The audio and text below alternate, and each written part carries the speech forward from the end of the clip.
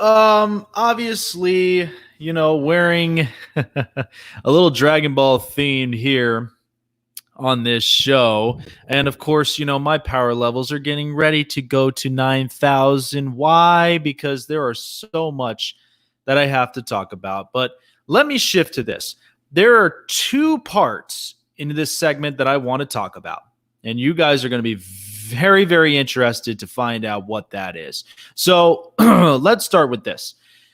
I am very excited and happy of what the NFL did today. So reports have said that 3 NFL teams have now signed former XFL players, and they're in the NFL. One of them that got signed in was PJ Walker, quarterback of the Houston Roughnecks in the XFL League. PJ Walker had such a great year, and at least what was shortened, but the XFL is finally collaborating with the NFL. Something that I think all of us as sports analysts have been talking about. What exactly can the NFL learn from the XFL? Well, the real question is, what can the XFL provide into the NFL? Well, I think it's pretty simple. You've got a lot of young talent, young popular talent here in the XFL. What's very interesting about this, so these were the stats from PJ Walker. He's completed 65% of his throws, 1,300 passing yards, 15 touchdowns, 4 interceptions, and a QB rating of 104. Now, I know it may not seem a whole lot, but here's what's kind of interesting about this. And I've talked with my cousin, and my cousin, of course, he gave me a lot of insight as to what the NFL was years ago and where the NFL stands today. So, of course, my cousin used to play running back at Southern Utah. Then, of course, there was a falling out. Then he tried out for the Arena Football League team, and then that didn't pan out for at least after 1 year. But the one thing that you can talk about with what the XFL brings to the table, all these young kids, whether undrafted or some of them, they may hold tryouts or whatnot. But the one thing you gotta like about what the XFL is doing is taking all these kids who all they want to do is showcase their skills and their capabilities, even if the NFL and some of their scouts can't see it. So this body that the XFL has established have come out with so many players. PJ Walker just so happened to be the first one to get signed, and he got signed by the Carolina Panthers. And the Panthers, of course, who recently signed Teddy Bridgewater to a 6-year deal, they've got a lot of expense. They got a lot of depth at the quarterback position. They recently traded away Kyle Allen to the Washington Redskins. The point I'm trying to make here with what the XFL bring into the NFL, all these young kids, this is obviously a developmental league. It is. You have to think about all the young talent that's coming from the XFL. That is not trying to change the NFL in any way, because the NFL is much, much popular than the XFL will be. But you can make an argument and you can make a point that some of these players in the XFL who showcase their abilities, their skills, their talents, could eventually win themselves a gig in the NFL. PJ Walker was the first one. The next couple of them, Jordan Tamu in the St. Louis Battlehawks. And then, of course, one of his teammates, Deatrick Nichols, defensive back. So 3 players now have gotten into the NFL. And by the way, I think this was great for the NFL to bring in and introduce these players. And this is part of the reason why that the XFL was established in the first place. Getting the opportunities for players to show their skills even when there were no gigs available. This was a great thing that the XFL was able to do for all these kids who literally have nowhere else to go.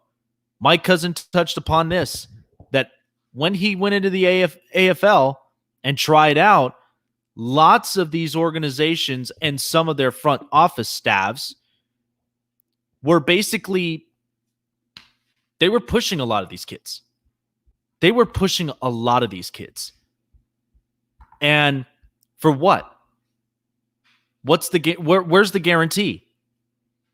And most of the guarantees were not sound, which is why the AFL was the way that it was. At least not too long ago, the AAF, what they tried to accomplish, the XFL very much, I think, is going to last maybe for a couple of years. And the NFL's learning a thing or two from the XFL. The fact that you can see ongoing bets as games go on. I think this is innovating.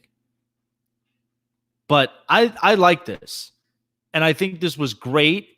I congratulate those 3 players to winning gigs in the NFL. And I think it's a hell of an accomplishment and hell of a dream. But now let me shift to the second part. Because since we're talking about PJ Walker going to the Carolina Panthers, that only leaves now one question at quarterback, and that is Cam Newton. And Cam Newton, what kind of market is he going to have? What kind of market is left there for Cam Newton? Since signing Teddy Bridgewater, Cam ended up coming out with a tweet, or actually on an Instagram post, saying, basically, pulling off his own skit of Wolf of Wall Street. I'm not leaving. I am not leaving Carolina. I love it here. You can't make me do it. But the Carolina Panthers are already expressing to themselves, Cam, your services is not needed no more. They traded away Kyle Allen to the Washington Redskins. They signed PJ Walker just after getting Teddy Bridgewater in free agency. If that still doesn't say a lot about Cam Newton, I don't know what does. But the one thing you have to think about with Cam Newton, okay, Cam Newton is a once-in-a-generation type player. Well, that generation has now changed. Cam came into this league, big, strong-bodied quarterback, exactly, I think, what everybody would envision as a quarterback. But in this particular case, the Carolina Panthers have plenty of depth at quarterback. You've got Teddy Bridgewater as your franchise, PJ Walker as your backup, and then there's Will Grier. I don't really see the market anywhere with Cam Newton. Since 2015, since that Super Bowl 50 run, Cam has not been the same. Too many inconsistencies. And Cam, lots of questions on him. For the longest time, I have always referred to Cam Newton as Russell Westbrook because of the fact of the era of football is changing faster and faster as it goes. Players are getting younger, stronger, and faster as it goes. And the game is moving away from Cam Newton, much like the NBA is moving away from Russell Westbrook. But he's lucky enough to have the opportunity of playing in Houston, which I wasn't sure how the Rockets or James Harden, how they were going to make that work. But apparently, they made moves that thought was substantial and would need guys like Russell Westbrook not to shoot threes, but much rather show his athletic ability. Not sure how long that would last. But in Cam's position, the fact that Carolina with 2 quarterback signings is basically telling you they are not in need of Cam Newton. Here's what's interesting. PJ Walker originally went to school at Temple. You know who the head coach was? Matt Rule. Matt Rule was the head coach at Temple, and he had nothing but great things to say about Walker. Great kid, very athletic, and we're very glad to have him a part of the system. Unfortunately for Cam, even if he gets released, which we're kind of waiting and see what the Carolina Panthers' next move is going to be. But if they release Cam, I could tell you right now, there is no market for Cam Newton. Not in the NFL. Lots of teams are going younger with their quarterbacks. Lots of teams already have their quarterbacks. And there's just no need of the type of skill set that Cam Newton brings to the table. And from what I had heard from the Panthers over the years, Cam Newton, which we already know so much of just by looking at his social media, that he's a fashionista. But the other thing that we can learn on is Cam Newton's not really a locker room guy. And that now brings my point of, he reminds me more of Carmelo Anthony. The fact that Cam Newton coming out of Auburn was probably one of the great, like the biggest college football stories that all of us remember. But then what happened after getting into the NFL and where that road has led Cam Newton? Times have changed. Players are getting younger, healthier, stronger, and faster, no matter which position, whether offensively or defensively. But the next great thing in the quarterback position you're already seeing: Patrick Mahomes, Lamar Jackson, Josh Allen, Sam Darnold. You got this year's draft with Joe Burrow, Tua, and Justin Herbert. There is literally no market and no room for Cam Newton to stick around in the NFL.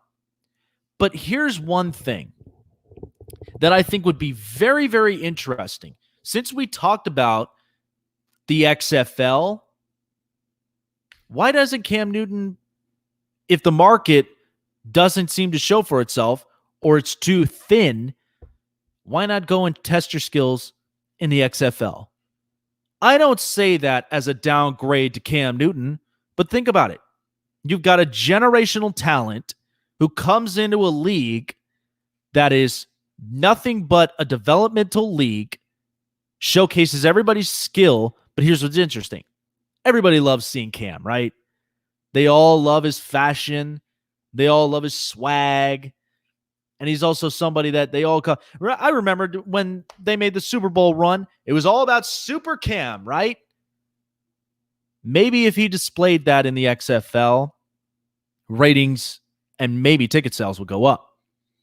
It would get more people interested because they're only not there to see the XFL, but they're more interested in seeing Cam Newton. All I'm saying is that there is an open opportunity, whether he decides to take it or he doesn't. But all I think is that what's kind of the issue behind all this, because a lot of teams have figured out the truths of their quarterbacks, and most of them have moved off them. Cam Newton being one of them. But if this market does not seem to pan out for Cam, I don't see where the problem of going to the XFL, maybe developing your game, which you should have been, instead of worrying about fashion. Develop your game, go back to being the Super Cam that you once were. And who knows? Think about it. I could tell you this, as a baseball fan, how many players have I seen over the years either come overseas or they were in minor league systems who they develop, they get their skill sets, and then they're the next great thing in Major League Baseball. How about the NBA? I had a great conversation with PJ Washington's dad, and he gave me great insights about the NBA, the G League, and college hoops. And he gave me maybe one of the best insights about the G League, of how grateful that they are to establish a league like that develops all of these young players, undrafted, or maybe some didn't end up getting gigs in the NBA. But they're sticking around only because they do it for the love of the game, or they're trying to get their skills right. Think about it. I feel like Cam Newton going into the XFL would maybe be the greatest. I think it would be a headliner maybe for the next couple weeks, because at least the NFL is doing the XFL a favor after bringing in 3 different talents. You bring in 3 guys. We'll give you Cam Newton, give him a contract, let him showcase his skill, and I'm sure ratings are going to go through the roof. I'm just saying, I think that there are options up on the table, but even if the NFL is not one of them, don't think that the XFL is such a downgrade. Trust me. After what I've seen so far with all of these young kids coming in through the XFL and how they've produced, as I've said, 3 players, they're in the NFL now. You would have to think about what the future holds for the NFL and the XFL as a whole. Even if you don't get a gig in the NFL and you showcase your skills in the XFL, I promise you, at some point soon, we might see Cam in the NFL. But right now, market's too thin.